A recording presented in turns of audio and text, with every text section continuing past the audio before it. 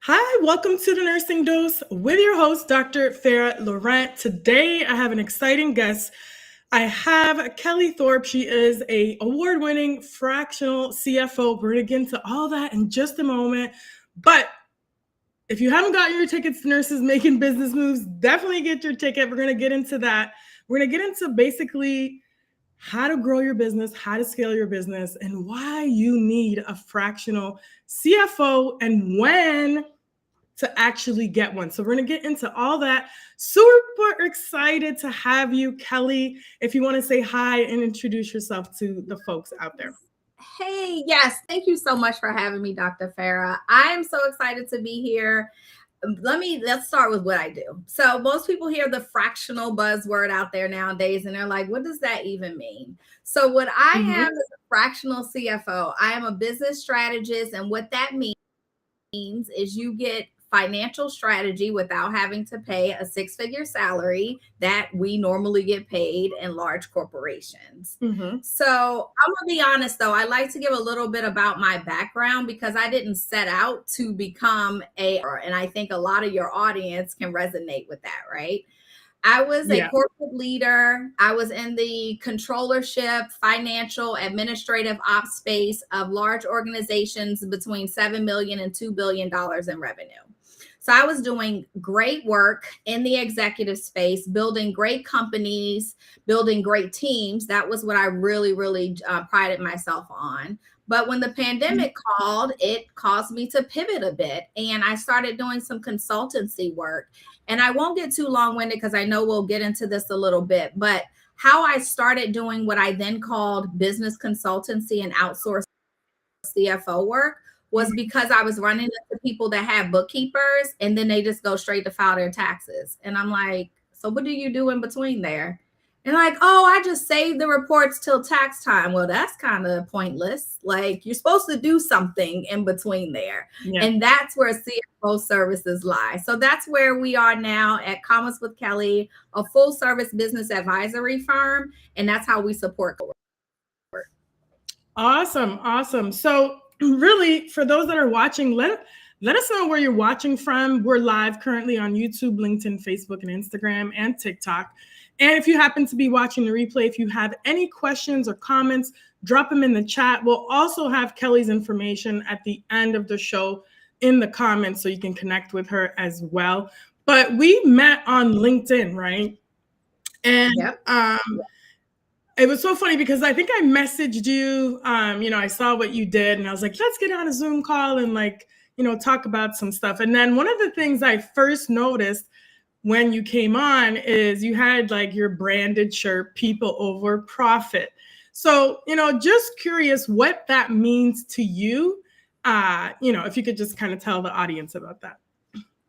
It's funny. I am often known as I'm a brand whore. I have so much branded merchandise. It's crazy. And I don't even know. I have so many of these shirts. I was probably a different color when we met. But like I said in my intro, I really am. I am a teen mom. So I had my first child while I was in my first year of college, right out of high school. And I had to work my way up through corporate. So I was not taught finances growing up. Yep. I was not in a family that I inherited money or even in an entrepreneurship family, right? What I appreciated through my being a teen mom and having to work hard as hell up the corporate ladder is the fact that people embraced me, and I had a mentor through that process that didn't care what I had going on in my personal life as it pertains to my son, but she would pull me through the reins. I was a director of finance before I even finished my college degree. And how I did that was because learning from my own mistakes and appreciating people along the way, and even the bad bosses that I had. Yeah. So I was going to be that corporate leader that was not going to be the one who can work from home when my kid is sick or who can stay home when it's snowing outside, but everybody else in the support staff had to go in. I was that person going up the ladder. And I learned how to appreciate where people are along the journey, right? Yeah. And so it's just embedded in me to care for humanity first. So quite naturally, when we are working with clients at KWK, it's always, what do the people need? What person need? Internally, emotionally, even physically, but we care about the person first, and the profits will come. It's organic. Once you root a business caring about people first, Yep. it's organic on both ends. So that's exactly why. And it was coined people over profit for that reason. Okay. I love it. I love it. Because, you know, a big part of my audience, like you mentioned, are nurses, but I also have other followers who follow some of the content that I do. But obviously, nursing, you know, we're very nurturing. We're like a service-based profession, and we're really about people, and we really care about people, right? But I think what happens sometimes, you know, from my story, I kind of feel like I was pushed into entrepreneurship, and I think some people sometimes are like nudged into it a little bit. You know, I tell my story all the time. Like I was laid off 3 times in 5 years. And I know many people can resonate with that. And then they just look into entrepreneurship, whether it's a side hustle or a main business. But some nurses struggle with the business side of things because we're too into the people. Right? And we often want to like give away our stuff for free all the time. And it's okay to give away some stuff like content or podcast, stuff like that. But we really have to work on the business acumen and the business mindset. So can you talk a little bit about that, maybe when you first started as an entrepreneur, the shift you had to make from the employee mindset to the entrepreneur mindset? Oh, that's so good. And actually, let me write something down because it took me to a different place. Um, so I'm going to start with the fact that, yes, I think also it's in the field of nursing. And if you are a female nurse, we're more nurturing typically, right? Because it's the woman's makeup to be nurturing. So we have both sides because we're trying to help everybody and we're trying to make sure everybody else is straight and before we're straight. So I get that. I think to fix that, that's more of a reason why you need an accountability partner, number one, that'll call you accountable to whatever it is. But two, pricing. That's where pricing is key, and sticking to your pricing, right? When you're building out your pricing model, you're not only building out what you want your revenue to be for the year, but you're also building out how you want to execute that, right? Right. And so what I tell people, the most missed opportunity in that is, I come from a law firm background of accounting, and we have a pro bono type of a word that we use for work, right? Right. So in your pricing, you should think of what I would consider pro bono. I have some organizations where if these business owners come to me and they need support, whether they can afford our services or not, I will guide them along the way at a certain level of work. And that's just that. So I think that covers both ends. So you don't have to just sell all the time. Because quite frankly, we have community work, charity work. There's things that our heart and our passion desires to do. And there's people that our heart desires to serve in that work. So as long as we have boundaries behind what that looks like, then I feel like it's fine. The employee to entrepreneurial mindset. Now, why I said that's a little different for me is I actually had a session with one of my business advisors a couple months ago. And we got into a conversation about my 401k retirement account. The money that was just sitting from when I had corporate days, and it was just sitting in an IRA, right? And I was telling her how concerned I was that I hadn't made time to move that money and start strategically doing anything with it yet, because I've been just full head in with this business for the last 5 years. And she said to me, "You're still thinking like an employer." And I was like, "What do you mean?" Her whole thought process was, my business is at a point, and revenue wise and in structure wise, where the 401k is not the number one priority. It is, how do I reinvest the money that's coming into this business so my taxes now won't be so heavily impacted in ways that will be to my detriment, and I can be strategic as well and have great margins, great growth, and even a beautiful net bottom line, but reinvest that money. Yes, the money sitting in the 401k is definitely something that needs to be addressed, but in a 401k and maxing it out, and all of those employee concepts in my head were no longer top. They weren't even my top three things. Like maxing out a 401, that's only $25,000 a year. I could put that in the account in January or February. Like, that is not my biggest concern right now. So I think there were good things that the employee mindset had ingrained in me that many people don't consider when they turn the trigger on to become an entrepreneur. There are so many other things too, but I would say that would be my number one. And if I had to pick one more that probably is more reliant, is the balance, especially when you're trying to juggle a W-2 job and do this thing called entrepreneurship.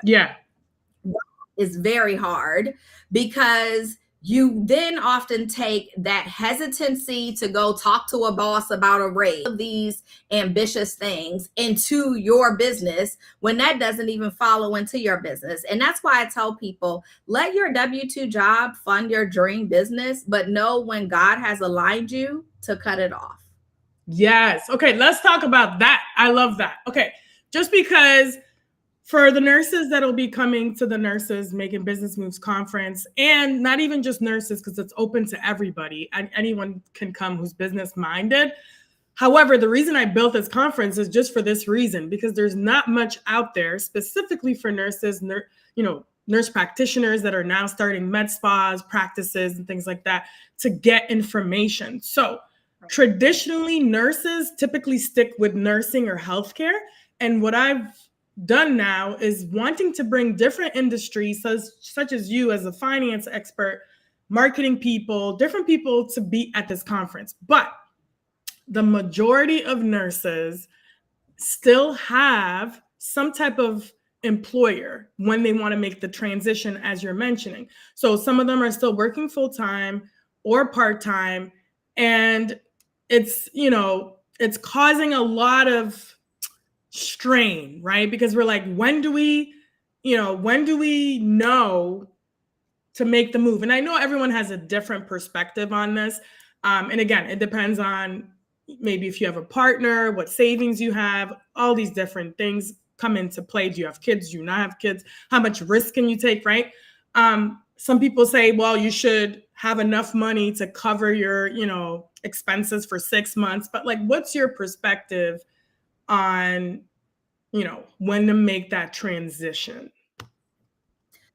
I'm very risk averse, which is not common in my industry. More people are aggressive than not. I'm not very aggressive at all.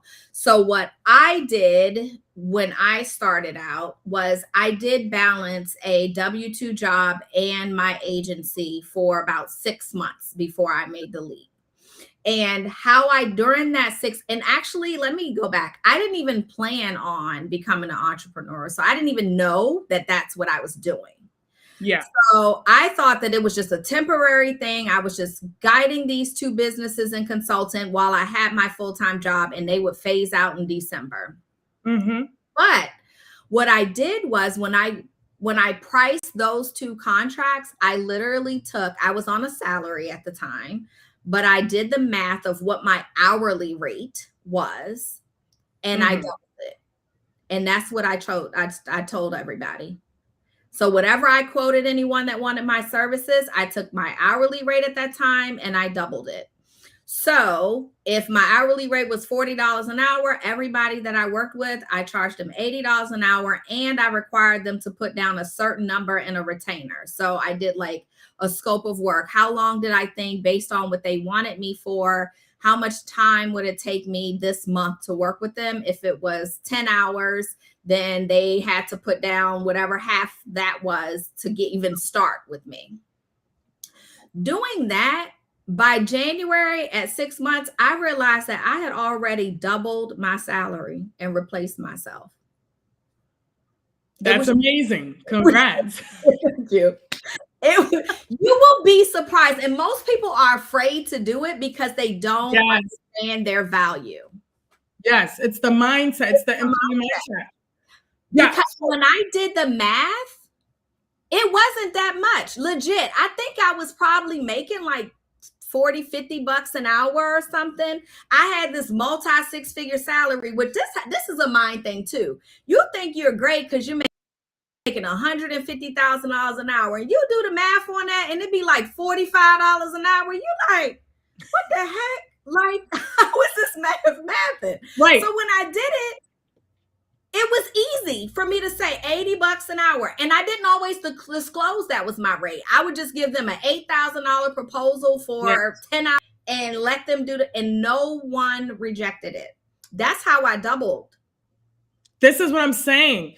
Most of us, and I'm guilty of this, we are always thinking for other people's pockets. Yep. Because of our, the stories we tell ourselves, or the money trauma in our childhood, or whatever that is that we went through, right? Because we're always taught, go to school, get a job, and then it's like you trade your time for money. So this is when I teach my business mastermind courses and I have these retreats. The nurses have a physical reaction when I'm like, you should double your prices or triple them. Yeah. Because I'm like, listen to what you're doing. You're still answering emails. You're doing behind the work admin stuff that you're not accounting for whatever you're delivering, especially if it's like a service-based business. So it's something that you really have to get your mind around. And people really don't understand. And like you said, people are not really taught financial literacy. Like, it's something that's missing in schools, obviously. But this is why I think this conference and having these conversations and this platform is so important, and working with people like you and your company to really get people on board to, creating financial wealth. Because I'm tired of nurses getting underpaid. Like, we're risking our lives. Literally, people have died. Literally. And beyond just COVID, right? Like, I used to be an emergency nurse, and we had some very high risk situations. So this is when I tell nurses, like, when you're building your business, you got to think, like you said, the value-based pricing. Like, don't even with the hours. So go ahead. We're gonna say. No, I was gonna say, and coming from working in mostly the law firm environment, that was all a model based on trading your time for hours and money. So it's what I did annually, reassess attorney billable rates. Like, I worked at huge top 100 law firms where we had an attorney that argued before the Supreme Court at $12.75 an hour.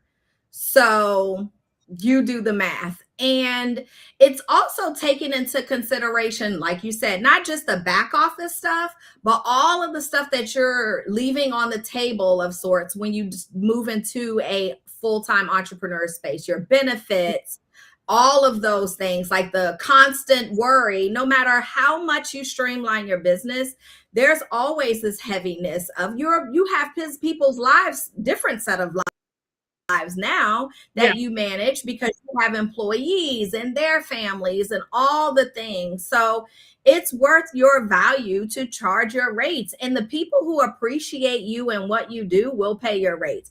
I don't even deal with people that negotiate like that with me anymore. Like, I flat out tell it. I literally said this on a discovery call this morning where someone said, yeah, you're going to really have to sell me. I said, well, that's not what I'm here to do. And I'm not here to persuade you to get our services. So I will tell you, and I will show you the ROI and what we deliver, and let you make the decision. Amen. Because that's what it is.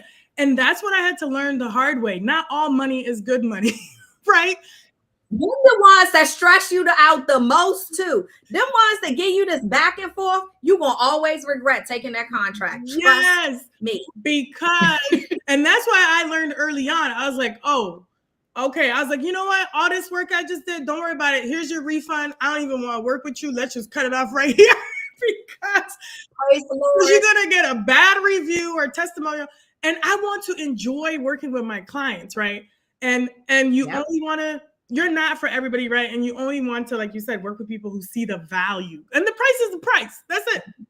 That's the price it. is the price. And this is why I tell nurses to, you want to be able to start qualifying your clients and your leads and stuff like that. So let's get into quickly, some people have a hard time understanding this, but like before they start a business, in our heads, sometimes we want to start businesses that we just like, but may not necessarily be profitable, right?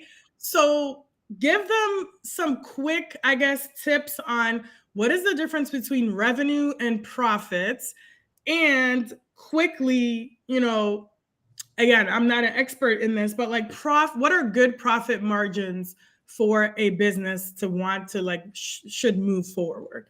Yeah, those are great questions. So revenue versus profit. So revenue is the total of what your business brings in.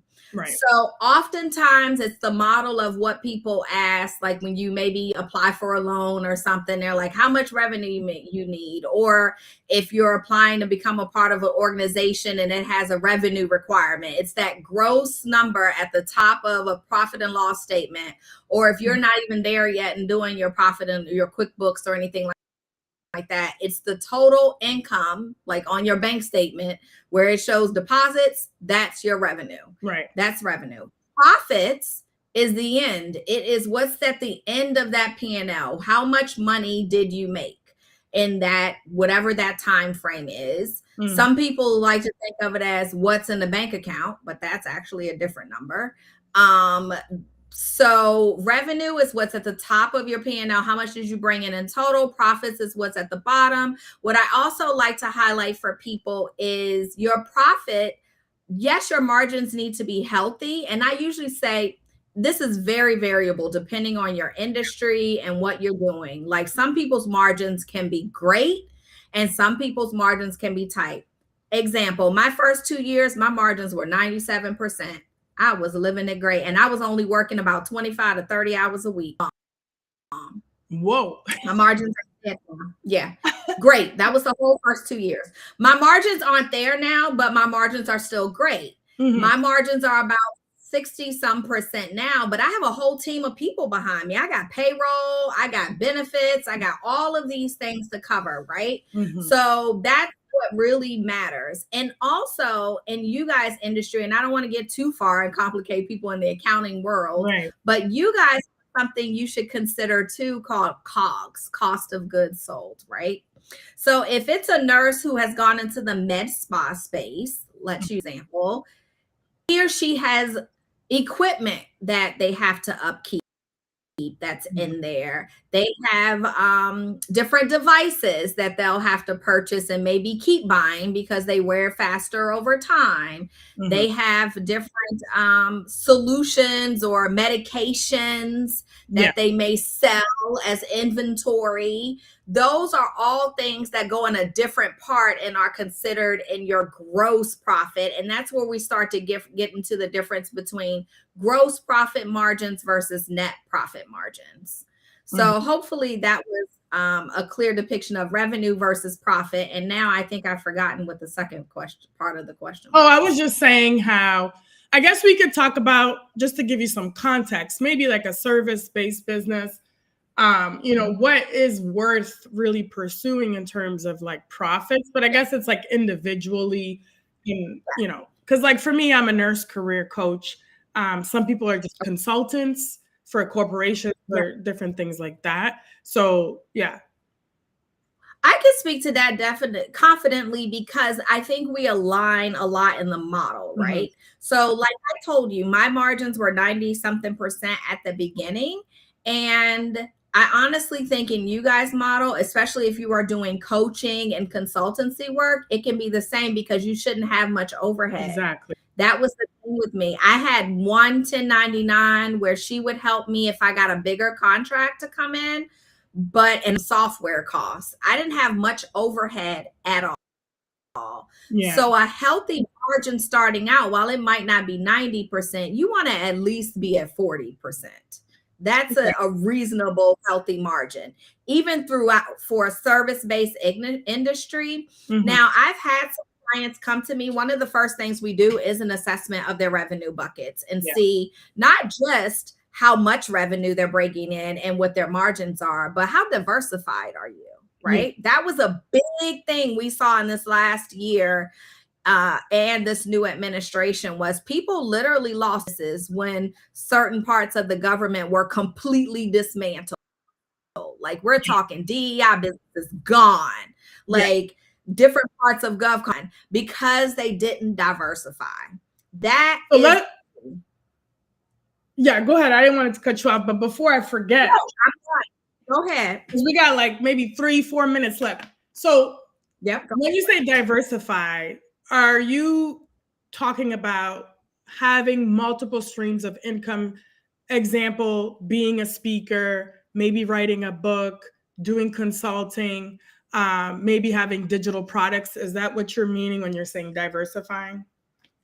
Yep, that's exactly what I'm talking about. So in you guys' industry, it would look like maybe your main revenue stream is in the nursing space and the additional. Now you don't want to stretch yourself.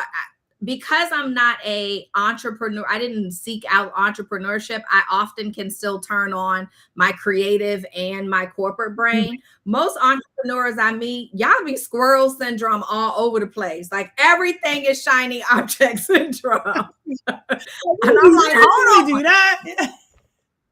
One day you're on a med spa, the next day you coaching, the next day you back in the ER. I'm like, girl, back to the ER. That is not what we talked about last month. And when did you wake up and decide to do that? Y'all be all over the place. So I need you to be still. Be still. And like a core offer. Yeah. A core offer and maybe two others. That's it. Max out at 3. Yeah. And it usually is, like you say, a speaking opportunity that drives your business, kind of like what I'm doing. Yep, exactly what we're doing now. And then maybe you write a book or something, or maybe you host a conference every now and then, or host a retreat or something like that. Yes, and let's talk about the retreat, because I hosted a retreat in Clearwater called Nurses Making Business Moves, and it's going to probably happen again sometime this year. But I know you have a retreat coming up in Italy. So I am so excited about this retreat. So let me tell you how it started. Me and my business attorney were planning a trip. We'd never been to Italy, and we want to go. And as we started planning, we was like, we don't want to have to figure out what to eat.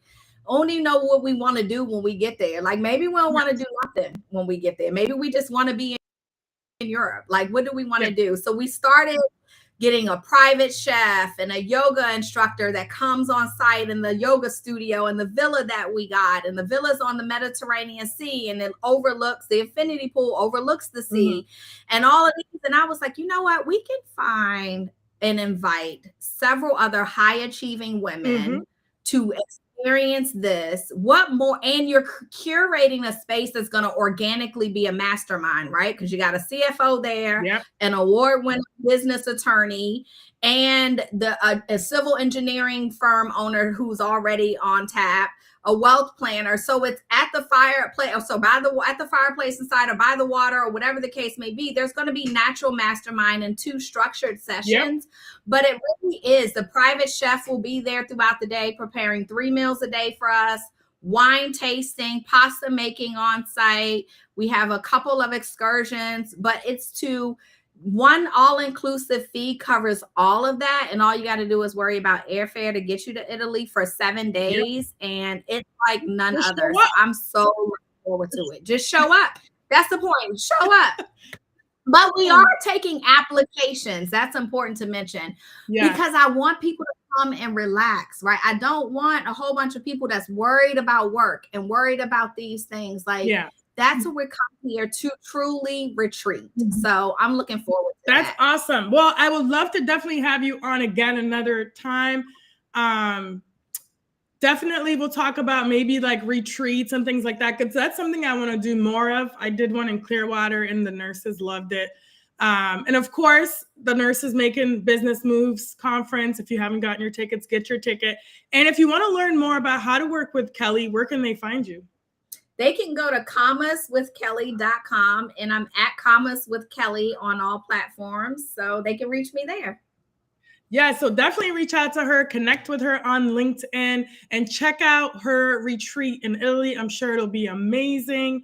And thank you again so much for the conversation. And I'm sure, we'll have you on again in the near future. I'd love to. I'm looking forward to it. Thanks, Dr. Farah. Thank you so